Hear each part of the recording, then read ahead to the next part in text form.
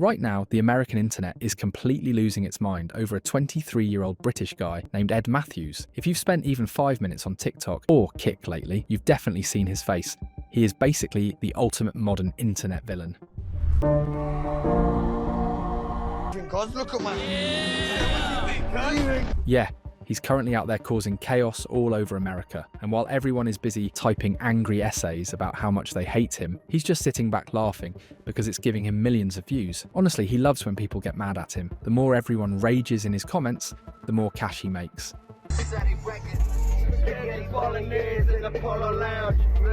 But then, the way this guy completely spiraled downward is actually insane. Like, he got kicked off basically every app on Earth, ran off to tour America acting like a professional public nuisance, and ended up landing himself right in an actual prison cell. So today we're breaking down exactly who this guy is, how he built this whole chaotic empire, and what actually landed him behind bars. Because trust me, the full story is so much messier than anything you've seen in a 15-second clip. What exactly have I been arrested for? You tell me, officer. Public intoxication. Public intoxicating? Yeah. Wait, so we left the club. What do you expect us to do? I haven't done anything wrong. And now you've got me arrested for what? Bald slaphead, mate. You don't even know my connects, mate.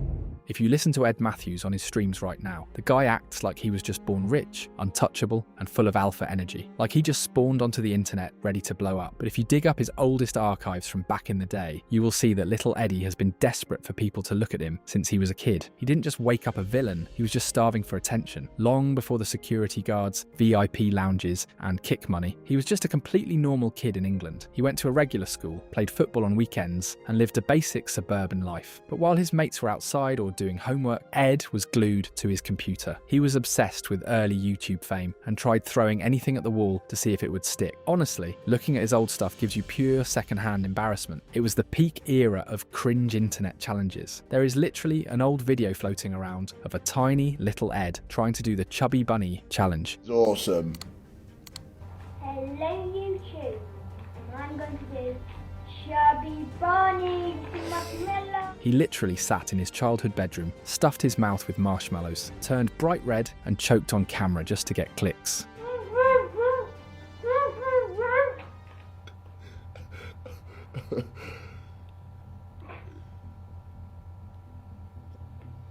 Oh, he's about to fucking choke.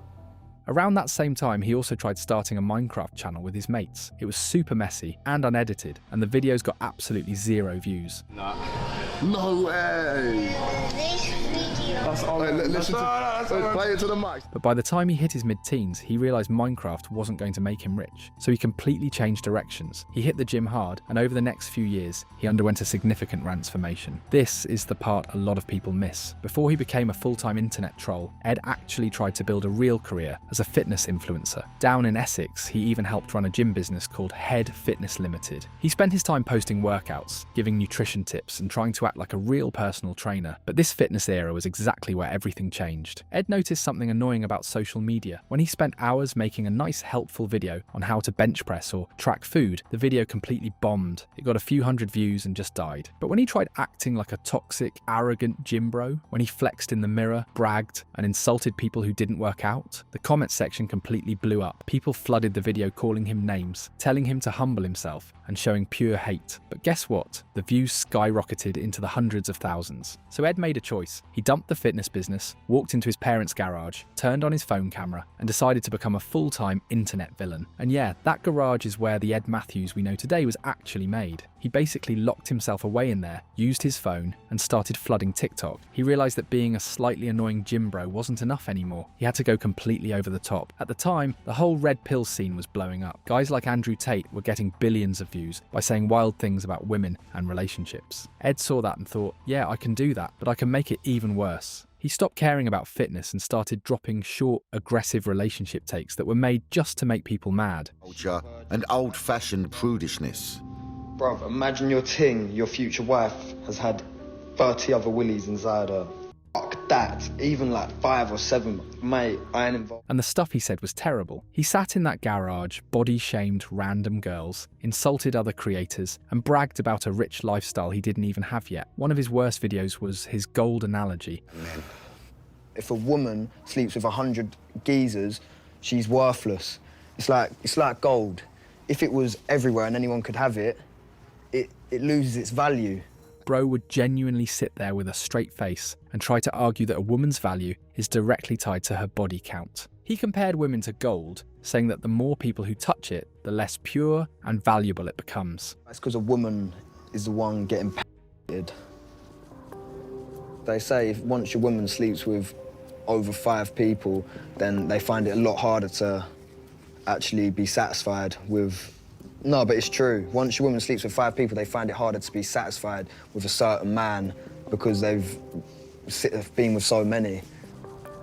Like it was giving pure, unrefined 1950s misogyny wrapped up in a modern TikTok format. The internet, predictably, went absolutely ballistic. Every single time he posted, his comment section would immediately turn into a toxic wasteland of people screaming at him, telling him he was a clown, calling him a misogynist, and begging for his platform to be deleted. But the funny thing is, all that hate just made him bigger. Look, the app doesn't have a soul. It doesn't read an angry comment and think, wow, this guy's a terrible person, let's delete his video. The app just sees thousands of people typing at the same time, fighting in the replies, and looping the clip to write an angry comment. To the app, that just means the video is a big hit. So while everyone was screaming at him, Ed just sat back in his tracksuit and watched his views go through the roof. Some of the shit he's saying, I mean, I don't think he believes half of it, really. He wants followers, he wants likes.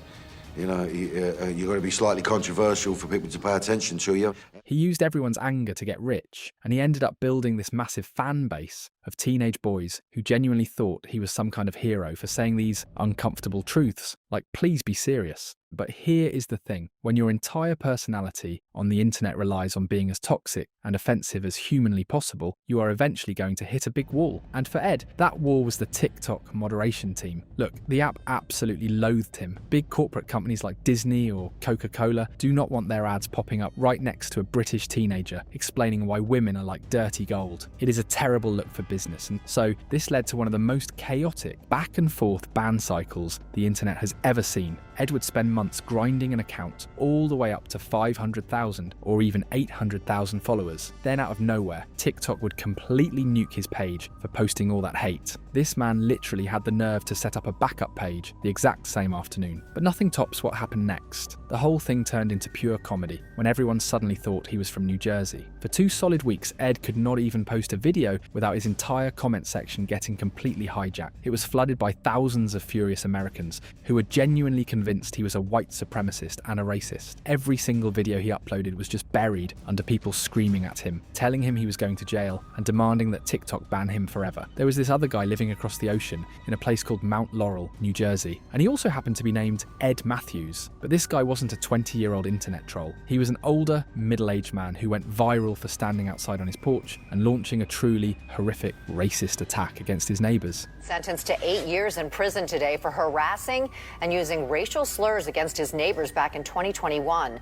47-year-old Edward Matthews pleading guilty in October to 4 counts. Someone caught the whole thing on camera, and it was terrible. This older guy was literally standing there bragging about how he ran black families out of the neighborhood. He was shouting the most disgusting racial slurs right in his neighbors' faces, picking fights with the local housing board, and yelling at onlookers that people like them didn't belong there. He even insulted the police officer who showed up to calm things down. The video spread like wildfire across American news and social media, and everyone in the US was absolutely furious, demanding that this man get locked up immediately. Because people on TikTok do not look at details, thousands of angry activists just typed Ed Matthews into the search bar, found this British teenager sitting in an Essex garage, and assumed he was the racist guy from America. They didn't even notice the accent or the age difference. Any normal person would have panicked and locked down their account. But Ed is a total clout chaser, so he just milked the whole thing for views. He started making all these videos laughing at the angry Americans and making his British accent sound extra thick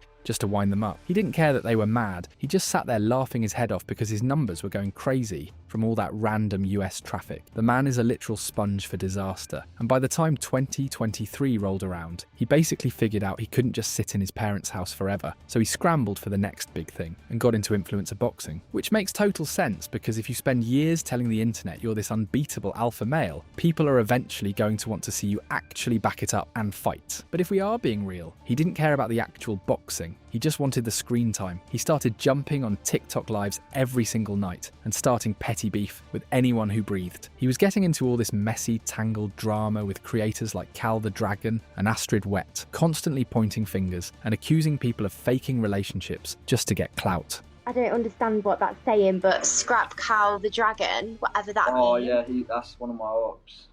Don't even bring him up. One of your ops? Don't even bring that guy up. That's funny. Wait, is he from London as well? Things got completely crazy when he picked a fight with this creator named Simple Simon. On paper, this matchup was pure comedy. You had Simple Simon, who was literally just a 50-year-old dad making wholesome family clips, going up against Ed, a 20-year-old internet troll who desperately needed to touch grass. And Ed did not hold back. In fact, he crossed the line so many times that boxing purists were genuinely disgusted. Ed was being a total weirdo about it. Like, he didn't just talk normal trash. He literally went online, found Simon's daughter on social media, and started spamming her with messages just to get under the guy's skin. I've just thought of something.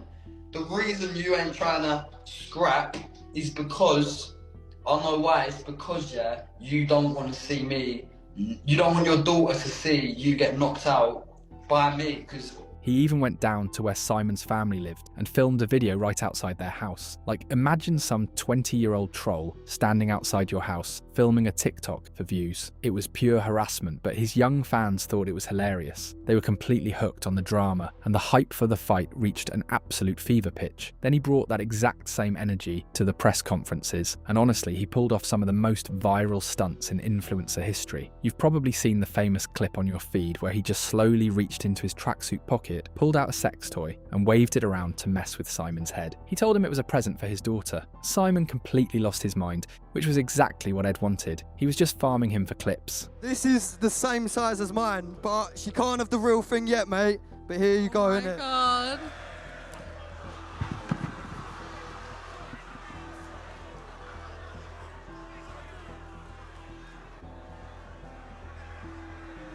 Simple Simon! Simple Simon! And if all the head games didn't work, bro was fully ready to start an actual riot. Out of absolutely nowhere, right in the middle of a sentence, he would just launch himself across the stage to wind up the security, cause a big pile-up on stage, and get a 5-second clip to completely take over Twitter that night. He literally treated those press days like a movie set, and he was the director. So let's fucking see what happens on the day. Ed, I gotta say, I'm looking in the eyes of Simon. He's focused. He could tell. You know what? I'm seeing a tear in his eye. Was that the punch around the face, mate? Did I connect on that? Ed, how do you see this fight finishing July 16th? I think we all know, innit? I don't even need to talk too much. We all know. Tell me how you think it's going to Simon's going to be on his arse and Keely's going to be holding my wood.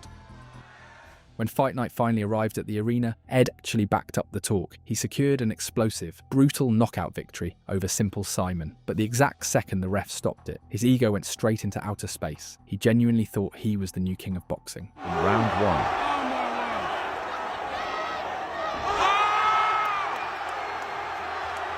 But that high crashed immediately because he got hit with a massive drug scandal. He was signed for this huge tournament to prove he was a real athlete, but everyone online found out he was using gear. During a live press conference on TV, they asked him straight up about the steroids, and he just shrugged his shoulders and admitted it right into the mic. He tried to say it didn't count because he took them 2 years ago and was clean now. Absolute genius logic. Bro, I heard you were shooting up.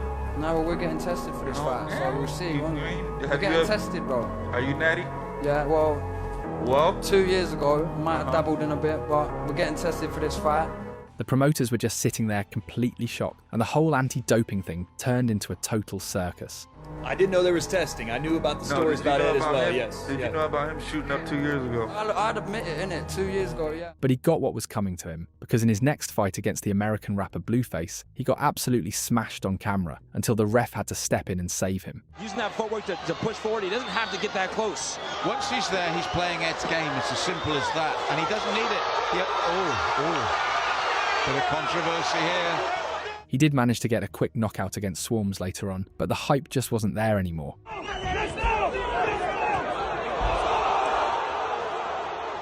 Plus, the chaos was starting to spill backstage. At one of the Misfits events, Ed and another boxer named Ben Williams got into it. And I don't mean a normal argument or talking trash in a group chat. Ed literally made a direct line for the guy, threw a punch, and the two of them ended up wrestling all over the floor in front of everyone standing around in the hallway. Ed Matthews and Ben Williams, another TikToker, just got into a situation at Misfits that got out of hand. I cannot post a full clip here, but it's over on my IG. The situation unfolded. Williams didn't let it go either. He came out afterward and called Ed out for a fight in Dublin. That fight never actually happened, but it shows you how crazy things were backstage by this point. Yeah? Let's go, guys. Whenever, bro. I'm down whenever. I'm getting revenge for that one. Ed wasn't just acting up for the ring or the live streams anymore. He was starting real fights in hallways before the cameras were even rolling. It was like he completely stopped being able to tell the difference between a joke for the internet and real life. But then came the biggest embarrassment of all, the Luis Pineda fight. Ed spent weeks online bragging about how he was going to destroy whoever walked out from behind the curtain, calling them a coward. And who actually walked out? Luis Pineda, the professional Mexican boxer who turned into a giant internet meme. Pineda didn't just beat Ed, he completely schooled him, toyed with him in the ring, and knocked him out cold on the canvas. Here is that big knockout finish. Matthews just didn't cover up and then in, down. The internet spent the next month making compilation videos of Ed sleeping in the ring. After getting completely embarrassed in the ring, the boxing hype completely died out, so he had to find a new way to get views. He jumped ship over to Kick, mostly because the platform didn't have any of the rules that TikTok kept slapping him with. Once he was there, he built his entire new identity around the whole predator hunter trend. It was a complete legal minefield, but he turned it into a 24/7 reality show. He maybe wasn't doing it to help anyone. Perhaps he just did it to keep his chat glued to the screen, milking the high-stakes drama for every bit of clout he could get. On my Instagram bio, catching predators, bang, kick link, press kick.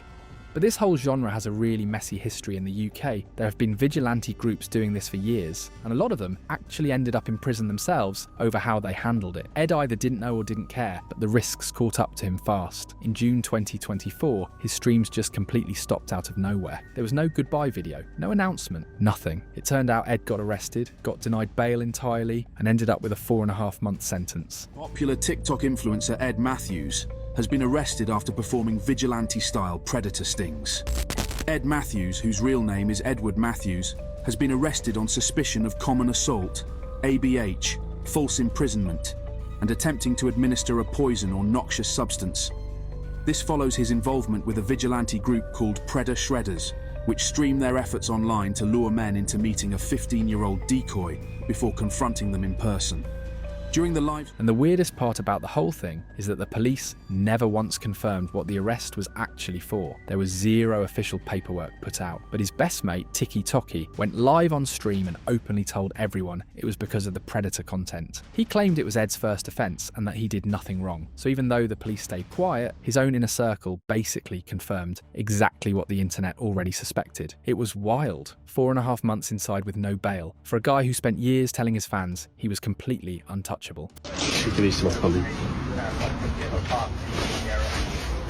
But while Ed was sitting in a cell, his mate HS was out here dealing with his own problems. You really can't talk about Ed without bringing in Harrison, because these two aren't just random internet collaborators. They've been best mates since they were 14 years old, and they are the very definition of toxic twin energy. You put two clout-obsessed, aggressive British kids in the same room, and it just becomes a race to see who can make the worst life decisions on camera. Have you and Ed ever hit the same thing? Yeah, what, like a freeze? Their whole brand was just extreme excess of renting supercars, speeding through public streets, partying, and starting random fights with strangers in hallways before the cameras were even rolling. It was like they completely forgot where the internet bit ended and real life started. Mac 1, you know that's how we do it. And while Ed was inside serving his sentence, HS had his own storm building in the background, one that actually started before Ed's arrest back in March 2024, when Harrison crashed his McLaren in Surrey and actually injured his passenger. But instead of facing it, he skipped his court date that November and fled the country. He spent a year on the run, casually posting from Dubai, Thailand and Spain, while the police were running a large public manhunt to drag him back. They finally caught him in Spain around August 2025, after he got arrested for a completely separate nightclub fight. They extradited him back to the UK, and when he finally got sentenced, he he managed to avoid actual jail time. He got a 12-month sentence, but it was suspended for 2 years, along with a driving ban, 300 hours of community service, and a tag. It was like a literal trading card swap of legal disasters. 2 childhood best friends having their own separate brushes with the law. But if you thought Ed was going to be a supportive mate and post a "free my brother" message when Harrison got caught, you don't know Ed. The second Harrison got out, Ed went live on stream to react to the footage of his best mate walking out of court. Instead of being happy for him, Ed spent the next 20 minutes absolutely rinsing Harrison in front of thousands of viewers. Fucking hell, his hairline's cooked. How's it gone so much further back? Oh, mate. Oh, shit. I've never seen his trim look so dead in my life. The sheer lack of loyalty was astonishing, because aren't they supposed to be cool? Why did you back Ed? Because Ed's my brother, man. What are you talking about? What happened between them? It was a complete breakdown of their toxic partnership. When they had that physical brawl, it was the writing on the wall. There was no real friendship there, just 2 clout chasers, waiting for the next moment to turn on each other for views. But the drama with his friends was nothing compared to the mess of his love life. For 4 years, Ed dated a creator named Elsa Ray. She was this Essex girl who built a following of her own, even though a huge chunk of it came directly from being attached to his internet drama in the first place. Everyone loves you. Okay, bye. See you later. Can you just come out? They broke up, and Ed, being Ed, didn't quietly move on. He went on stream and publicly framed the whole thing as his decision, saying basically that if you don't see yourself marrying someone, there's no point wasting years. Broke up with my girl as well after 4 years. Yeah, bro, it's like, if you don't think you're gonna marry that girl, there's no point wasting years with a girl, you get me? Because I knew I wasn't gonna marry Elsa, but another 2 years, yeah, I could stay with her, and you're wasting years. If you ain't gonna marry him, what's the point? But his past caught up to him around late 2025, when Elsa got cast on Big Brother UK. The exact second she walked into that house, his name became the biggest search term attached to her. So Ed did the one thing you do when your ex is locked in a house with cameras on her 24/7, with absolutely no way to reply. He went on his own stream, acting all nice, and told everyone he wished her well and hoped she smashed it. I knew about Elsa going on Big Brother time ago. Like, why do you think I've been out here streaming for the last 2 months doing my thing? Like, I've known about this for a minute, but I didn't say anything. But yeah, good luck to her, wish her the best. Genuinely, I think she's gonna win, and I hope she does and smashes it. Funny enough, the only thing he actually smashed was his own phone. The whole supportive ex thingy was just another performative tantrum. He just wanted to insert himself into her new spotlight, acting like he was completely unbothered when he was clearly losing his mind behind the scenes.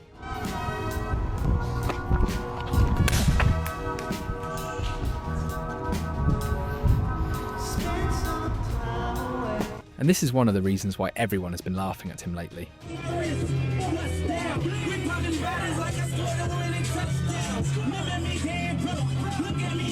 Take the whole tennis ball head saga from late last year. Ed got into a heated debate on stream with an Instagram model who had a very short, buzzed haircut. Instead of just arguing like a normal person, Ed completely lost it and started brutally roasting her appearance on camera, repeatedly comparing her head to a tennis ball. Hey, girl. Do you like white chocolate? No. Wow, that's embarrassing. Imagine a haircut. What's embarrassing? Having a head like a tennis ball. But I look like a tennis ball. You look like a red It's ball. green. Move it over, son. You got a green tennis ball. Oh, you got a little thing. How do you know? The clip spread across TikTok like a wildfire. On one side, his fanboys were making edits calling him the king of trash talk. Here we go. Bro, we got the exact same one. We got the same one. What's embarrassing? Having a head like a tennis ball. On the other side, everyone else was trying to cancel him for toxic body shaming. But Ed just watched his views hit millions. He knew that whether people hated him or loved him, he was still cashing the check. He just kept pushing the boundary, like when he pulled this stunt on camera. I probably wouldn't reach the sides, I'll be honest, and that's just from a first judgment. I probably wouldn't touch the sides, and I'm okay with that. You wouldn't do what? I wouldn't probably touch the sides. You wouldn't touch my side? Nah, I'd have to probably stick a like, whole fist in as well, like that. But we could make something work.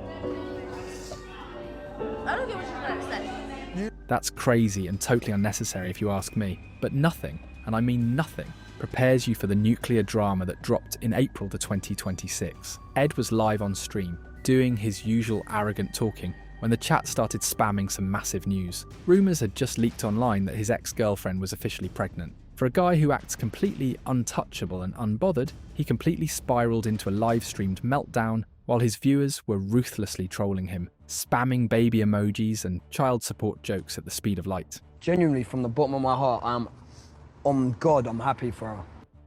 On Jesus Christ, I'm so happy that she's having a kid, mate, because that's what she needed. Like, especially when, like, don't want to get into it, but when you ain't got much family, like, that's what you need. And that's not something I need. It's all God's plan. Like, the only person who blesses you with a kid is God. At the end of the day, so it was meant to be for them.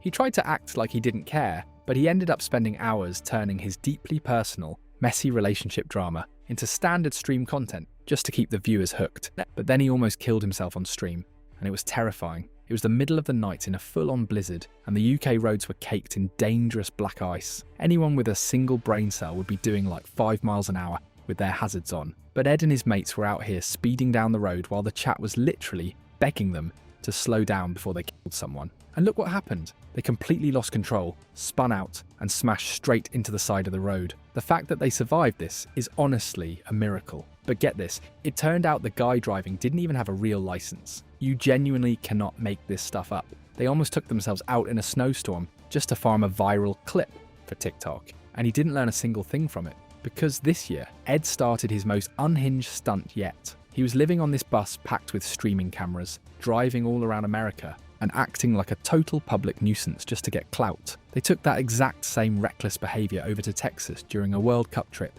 and it nearly caused a big international issue. Ed went out of his way to start baiting and harassing a bunch of guys at a pub who were wearing Mexican football shirts. He was shouting rude chants right in their faces until the bar staff finally had enough and kicked him out.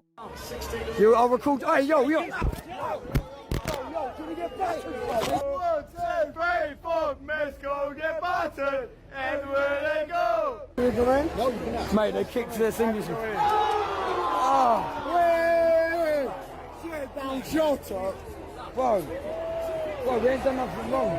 We only got kicked out because we're injured. Okay, and you just pushed me. I'm the manager here. I didn't. Okay, he did. You can't come in. Yo, I'll record. Hey, yo. Can we get back? Let's get easy, man. Can we get battered? Oh, the police have been calling us. Oh. We done nothing. I swear my life, we done nothing wrong. We didn't. There was no fight, bro. Back up. Okay.